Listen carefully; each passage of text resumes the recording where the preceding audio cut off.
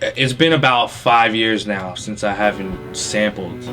I'll sample records here and there, but the reason why I stopped sampling or took the route of doing not, more live instruments is just because I wanted to just expand my sound. And I really, there's a different approach when you're producing without samples. I mean, everything from, thinking of a melody and composing your own kind of piece yourself. There's a certain freedom to that, as opposed to chopping a record up and using only those sounds, And for me, I respect both sides of it because they're both equally as creative. They're both very unique in their own way.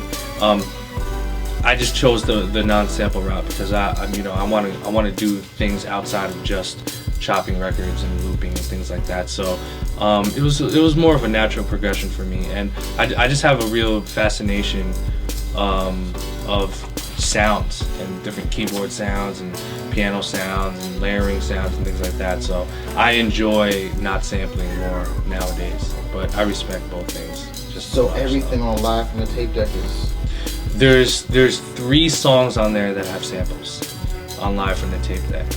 Everything else, there's no samples in there. Let's see, we'll run down. The intro was no samples.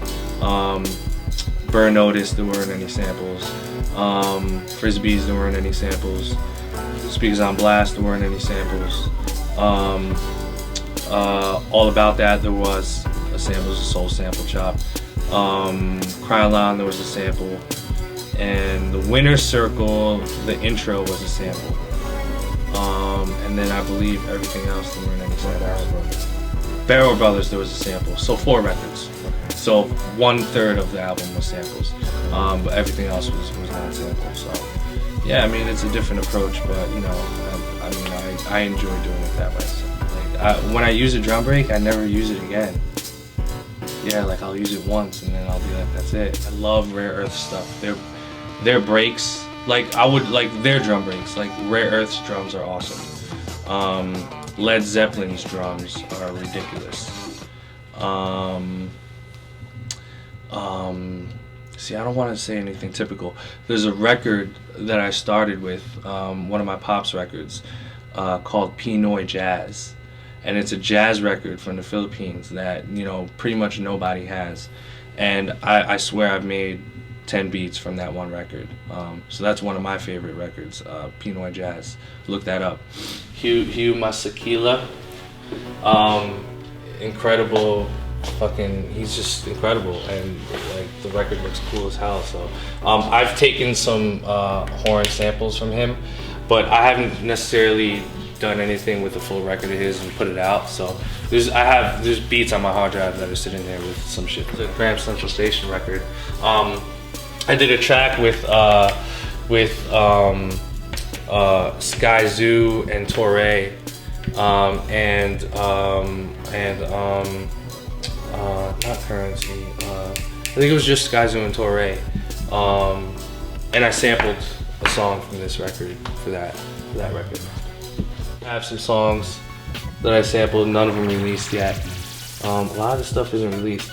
And this right here, this just has some ill, string, classical, loops and sounds. I've actually listened to this record and done remakes of certain pieces that I liked. So there's chord progressions and string sections that I really dug on that record, that I kind of incorporated and remade.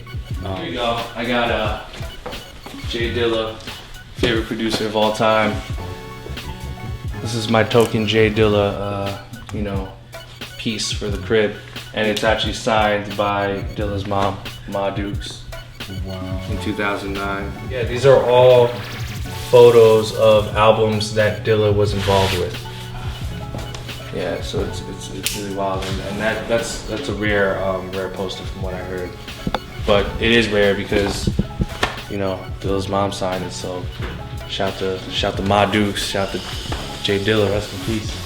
Illmind, shout to Jerry Barrow, shout to Nod Factor, holding it down for us producers always. Peace.